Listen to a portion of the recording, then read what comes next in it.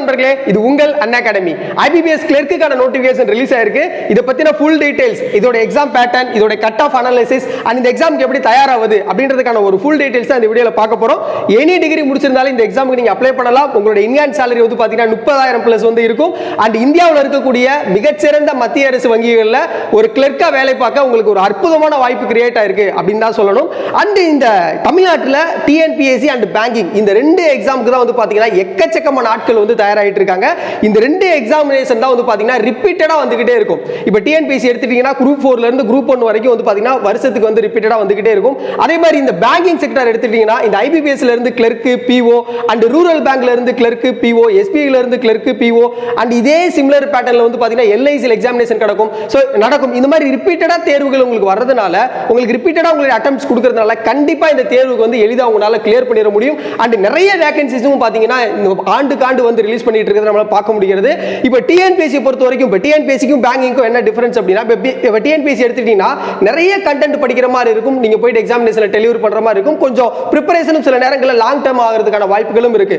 But நீங்க எனக்கு வந்து நான் ஷார்ட் டேர்மா நான் வந்து ப்ரிப்பேர் பண்ணணும், எனக்கு வந்து பாத்தீங்கன்னா ஒரு டிகிரி முடிச்சுட்டு ஒரு நல்ல ஒரு சூப்பரான சொபிஸ்டிகேட்டான ஜாப் வந்து உங்களுக்கு வேணும், பட் salary வந்து நல்லாவே இருக்கணும். அண்ட் வந்து பாத்தீங்கன்னா எனக்கு வந்து மேத்தமெட்டிக்கா இருந்தா எனக்கு போதுமானது, அண்ட் இங்கிலீஷ் நாலேஜ் கொஞ்சம் இருந்தா போதுமானது அப்படின்றீங்கன்னா நீங்க வந்து பேங்கிங் வந்து நீங்க சூஸ் பண்ணலாம். ரொம்ப பெரிய லாங் டேர்ம் ப்ரிப்பரேஷன் இருக்கணும்னு அவசியம் கிடையாதுங்க. சரிங்களா?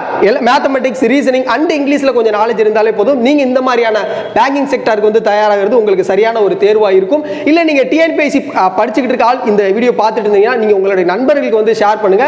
இல்ல இந்த வீடியோ முழுமையா பார்க்கிறது மூலமாக உங்களுடைய நண்பர்களுக்கு இந்த பேங்கிங் எக்ஸாம் எப்படி நடக்குது அப்படின்றத பத்தி சொல்லிட முடியும். இல்ல அப்படின்னா இதுல வந்து உங்களுக்கு ஆப்டிடியூட் வந்து உங்களுக்கு இருக்கும். சோ இந்த மாதிரியான பேங்கிங் எக்ஸாம்க்கு நீங்க அப்ளை பண்ணி ஒரு அட்டெம்ப்ட் கொடுத்தீங்கன்னா நீங்க அந்த எக்ஸாம் சென்டருக்குலாம் போய் பார்க்கும்போது நிறைய மாணவர்கள் ஒரு வெறித்தனமா இந்த மாதிரியான எக்ஸாமுக்கு வரும்போது உங்களுக்கு ஒரு ஃபயர் வந்து கிரியேட் ஆகும். இவ்வளவு மாணவர்கள் இந்த மாதிரியான தேர்வுக்கு வந்து ப்ரிப்பேர் பண்ணிட்டு இருக்காங்களா, இவங்களுக்குலாம் முன்னிலையா நம்ம இந்த மாதிரியான காம்படிட்டிவ் போட்டி தேர்வுக்கு நம்ம வெற்றி பெறணும்னா எந்த அளவுக்கு உழைப்பு கொடுக்கணும், எந்த அளவுக்கு கஷ்டப்படணும் அப்படின்றதுக்கான ஒரு மிகப்பெரிய ஃபயர் வந்து கிரியேட் ஆகும். அதனால நீங்க TNPSCக்கு ப்ரிப்பேர் பண்ணிட்டு இருந்தாலும் இந்த மாதிரியான தேர்வுக்கு அப்ளை பண்ணிட்டு போயிட்டு எழுதுங்க அப்படின்றது என்னுடைய ஒரு தாழ்மையான வேண்டுகோள். சரி, ஓகே. இப்போ இந்த நோட்டிபிகேஷனை பத்தி நம்ம பார்க்கலாம்.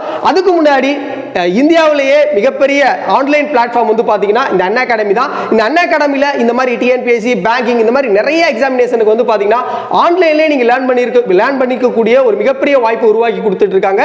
சோ இந்த மாதிரி நீங்க பேங்கிங்கா இருக்கட்டும், TNPSC இருக்கட்டும், இந்த மாதிரி எல்லா எக்ஸாமுக்கும் நீங்க வந்து பர்ச்சேஸ் பண்ணிக்கலாம். அண்ட் இது வந்து ரெண்டு கோர்ஸா வந்து பிரியுது, plus course and free course அப்படின்னு சொல்லிட்டு. இதே மாதிரி இந்தியாவில் இருக்கக்கூடிய மிகச்சிறந்த ட்ரைனர்ஸ் வந்து பாத்தீங்கன்னா உங்களுக்கு இந்த மாதிரி எல்லா ஆன்லைன் கிளாஸஸ்க்கு வந்து பாத்தீங்கன்னா கோச்சிங் ட்ரைனிங் பண்ணிட்டு இருக்காங்க. சோ அதை வந்து நீங்க அமௌண்ட் பே பண்ணி வாங்கிக்கலாம். அதே ட்ரைனர் வந்து ஃப்ரீயாவும் வந்து பாத்தீங்கன்னா கண்டென்ட் வந்து கொடுத்துட்டு இருக்காங்க. அதை நீங்க வந்து அக்சஸ் பண்ணிக்கலாம். சோ டிஸ்கிரிப்ஷன்ல அண்ணா அகாடமி அப்படின்ற ஒரு ஆப் இருக்கும். சோ அந்த ஆப் இன்ஸ்டால் பண்ணிட்டு கற்போம் அப்படின்ற கோடை யூஸ் பண்ணி என்ரோல் பண்ணிக்கோங்க. அண்ட் இது என்ன கோர்ஸ் வாங்குறதா இருந்தாலும் கற்போம் அப்படின்ற கோடை நீங்க யூஸ் பண்ணி வாங்குனீங்கன்னா உங்களுக்கு வந்து ஒரு மேக்ஸிமம் டிஸ்கவுண்ட்ஸ் கிடைக்கும்.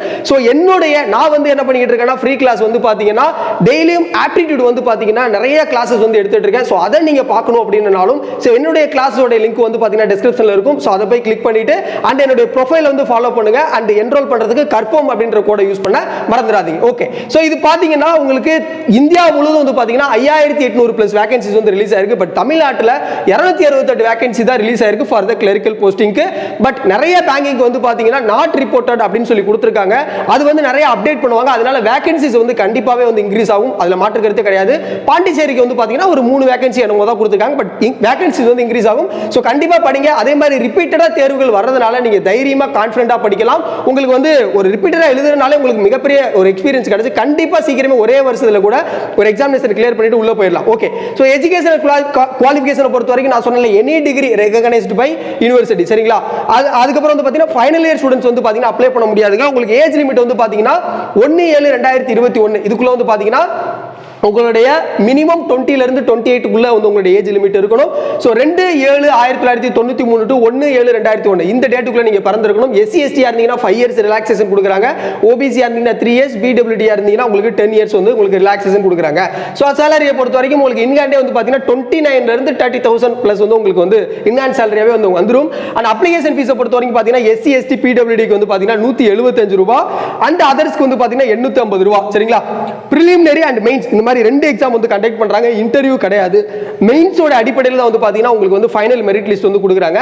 ஸோ இது வந்து பாத்தீங்கன்னா பிரிலிமினரி எக்ஸாமினேஷனுக்கு என்ன சிலபஸ் இருக்கு அப்படின்னு பாத்தீங்கன்னா English language, numerical ability and வந்து பாத்தீங்கன்னா ரீசனிங் எபிலிட்டி. சரிங்களா? ஸோ இங்கிலீஷ் லாங்குவேஜ்ல எவ்வளவு கொஸ்டின்ஸ் இருக்கு வந்து பாத்தீங்கன்னா 30 கொஸ்டின்ஸ் இருக்கு, 30 மார்க் வந்து கொடுக்குறாங்க. நியூமெரிக்கல் எபிலிட்டில 35 கொஸ்டின்ஸ் 35 மார்க், ரீசனிங் எபிலிட்டிக்கும் 35 கொஸ்டின்ஸ் 35 மார்க் கொடுக்குறாங்க. ஸோ டோட்டலா 100 கொஸ்டின் 100 மார்க் கொடுக்குறாங்க. அண்ட் இதுக்கு செக்ஷனல் டைமிங் கொடுக்குறாங்க. இங்கிலீஷ் லாங்குவேஜுக்கு 20 மினிட்ஸ், நியூமெரிக்கல் எபிலிட்டிக்கு 20 மினிட்ஸ், ரீசனிங் எபிலிட்டிக்கு 20 மினிட்ஸ். இந்த மாதிரி செக்ஷனல் டைமிங் கொடுக்குறாங்க. அந்த டைமிங் முடிஞ்சோட தான் இன்னொன்று வந்து ஓப்பன் ஆகும். ஸோ இந்த மாதிரியான ஒரு பேட்டர்ன் வந்து இந்த பேங்கிங்ல இருக்கு. ஸோ டோட்டலா வந்து 1 hour 60 மினிட்ஸ் வந்து கொடுக்குறாங்க. இதுக்கு வந்து பாத்தீங்கன்னா உங்களுக்கு நெகட்டிவ் மார்க் இருக்கு, 1/4 வந்து நெகட்டிவ் மார்க் இருக்கு. அதனால கேர்ஃபுல்லா அட்டெண்ட் பண்ணுங்க. அண்ட் அது மட்டும் இல்லாம செக்ஷனல் கட் ஆஃப் வந்து கொடுக்குறாங்க. சரிங்களா? செக்ஷனல் கட் ஆஃப்னா நீ இங்கிலீஷ்ல மினிமம் இவ்வளவு ஸ்கோர் பண்ணிருக்கணும், நியூமெரிக்கல் எபிலிட்டில மினிமம் இவ்வளவு ஸ்கோர் பண்ணிருக்கணும், ரீசனிங் எபிலிட்டில மினிமம் இவ்வளவு ஸ்கோர் பண்ணிருக்கணும் அப்படின்னு சொல்லிட்டு ஒரு செக்ஷனல் கட் ஆஃப் வந்து வைக்கிறாங்க.